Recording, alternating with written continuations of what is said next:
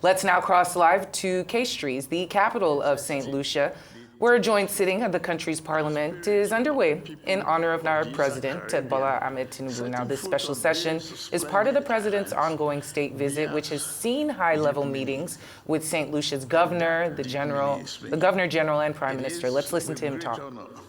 That I address this important gathering of member states of the Organization of Eastern Caribbean States, OECS.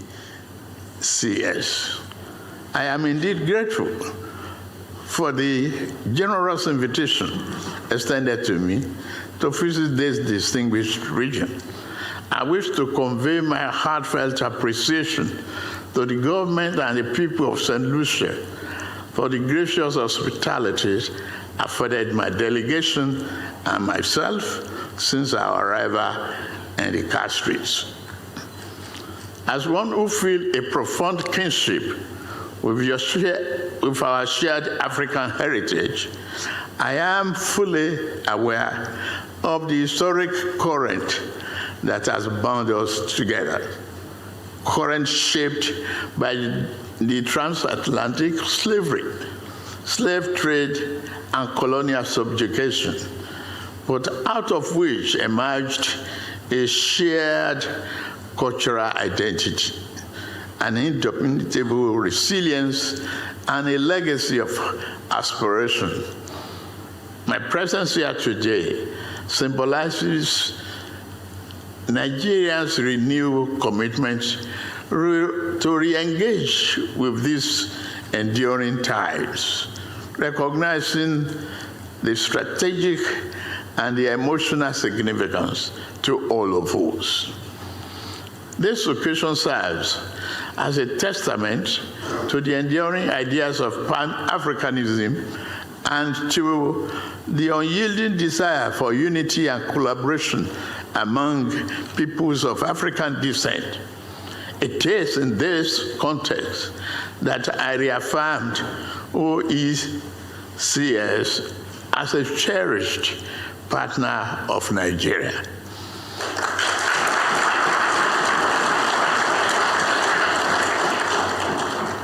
We remain committed to strengthening and expanding the enduring bonds of the friendship that unite our regions.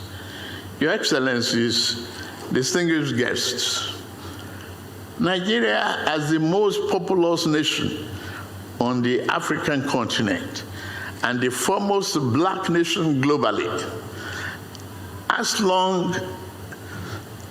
we have long stood at the vanguard of advocacy for the dignity and advancement of black people in the world over.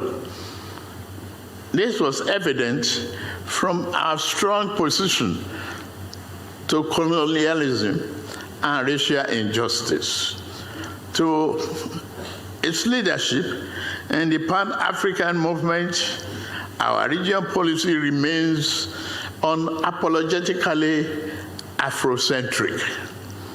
Notably, Nigeria played an instrumental role in the establishment of the Organization of African Unity, now the African Union, which has since embraced the Caribbean and the broader diaspora as a sixth region.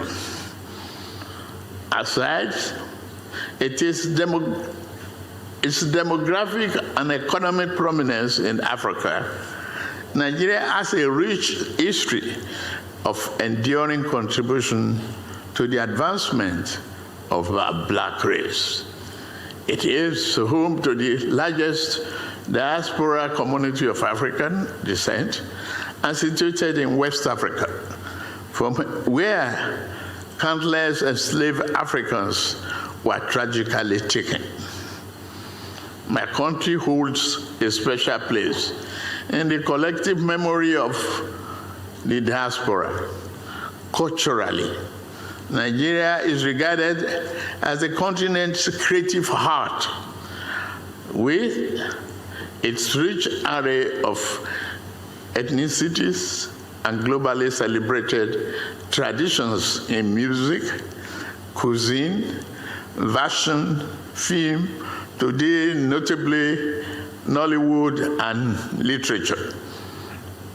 Your Excellencies, distinguished ladies and gentlemen, when I assumed the office of the President of Nigeria in May 2023, my administration embarked on a series of economic and social reforms, which were aimed at laying a solid foundation to the promotion of a better Nigeria and to put the country on the path of sustainable growth and development. It is in line with this orientation and to explore areas of cooperation and collaboration between the Eastern Caribbean states that I decided to undertake this state visit to St. Lucia. It is in this spirit that I wish to express Nigeria's readiness to deepen cooperation with the OECS in the areas of mutual interest, including trade, investment, health, culture, education, and climate resilience. Enhance the trade and investment between our regions hold great potential for shared prosperity. Nigeria's vast mutual resources and its position as the largest market in Africa present significant opportunity for the OECS, both as a source of essential input and as a growing export destination.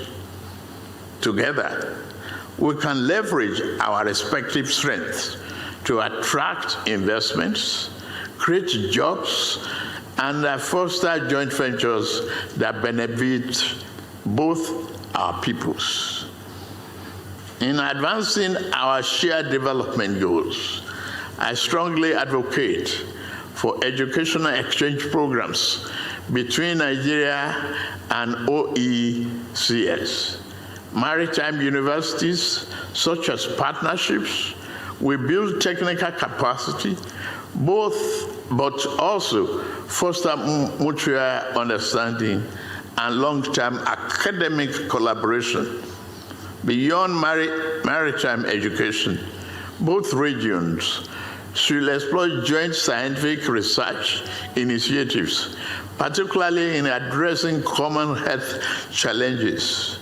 To give structure to these efforts, we should formalize agreements that clearly define areas of cooperation in education and research. Equally important is collaboration in tackling urgent threats posed by climate change.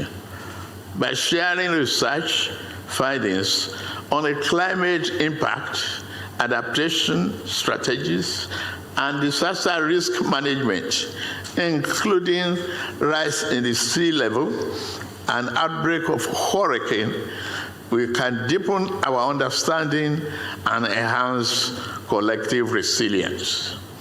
Joint efforts in promoting sustainable agricultural practices and addressing issues such as flooding and drought will also contribute to food security and reduce climate vulnerability in both our regions. It is essential that we invest in cultural and human exchanges that build mutual understanding from the ground up among our peoples, from ordinary to the leadership. I encourage the integration of Nigeria and OECS cultural awareness of our shared heritage, values, and traditions among future generations. Beyond education, we must also encourage more frequent visits between our peoples, allowing them to experience firsthand the unique cultural attractions and the historic sites that define our identities. in a concrete step towards this goal. Nigeria is open to exploring a visa waiver arrangement for holders of diplomatic and official passports from OECS member states traveling to Nigeria. I respectfully urge a reciprocal gesture to enable smoother movement of officials and foster closer institutional cooperation. Furthermore, Nigeria is ready to extend the services of Nigeria Technical Aid Corps to OECS countries. Will we provide skilled professionals to support capacity building effort across all sectors in your region? Your Excellencies, distinguished ladies and gentlemen, in consideration of the strategic importance that my country attracts to OECS, we have formally established diplomatic relations with St. Lucia.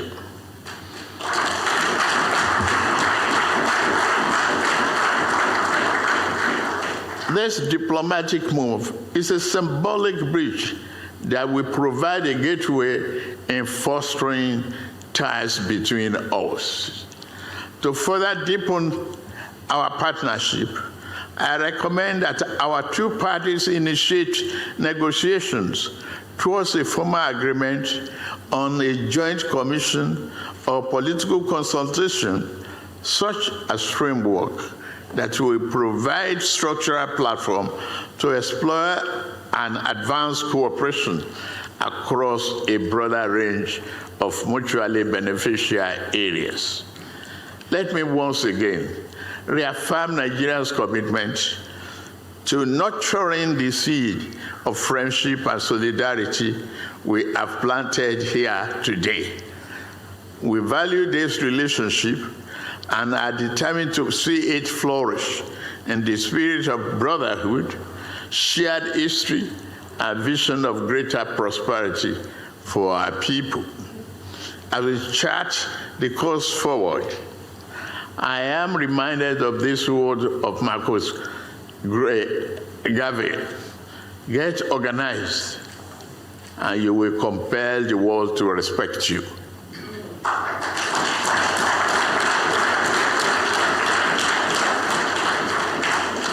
His charge remains as resonant today as it was first made. Likewise, an African proverb teaches us, and I quote, "If you want to go fast, you go alone. If you want to go far, go together."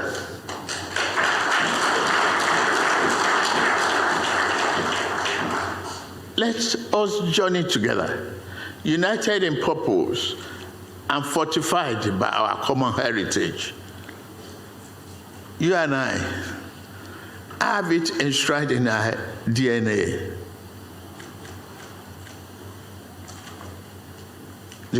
Africa belongs to all of us. Today, to continue to promote that, I will establish full scholarship tuition for students of OECS.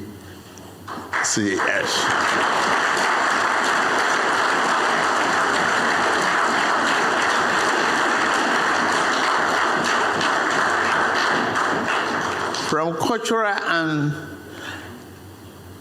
student exchanges, I believe we can promote that economic and cultural understanding that we further strengthen the bond between us. I thank you very much for listening to me and giving me this opportunity. God bless St. Lucia, God bless OECS, and God bless Nigeria. Thank you.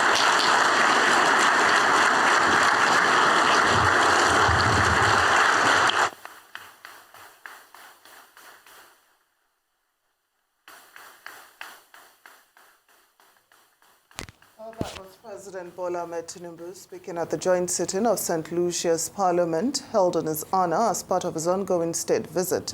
The Nigerian leader touched on key areas of cooperation, including food and climate security, cultural heritage, and closer integration between Nigeria and the OECS.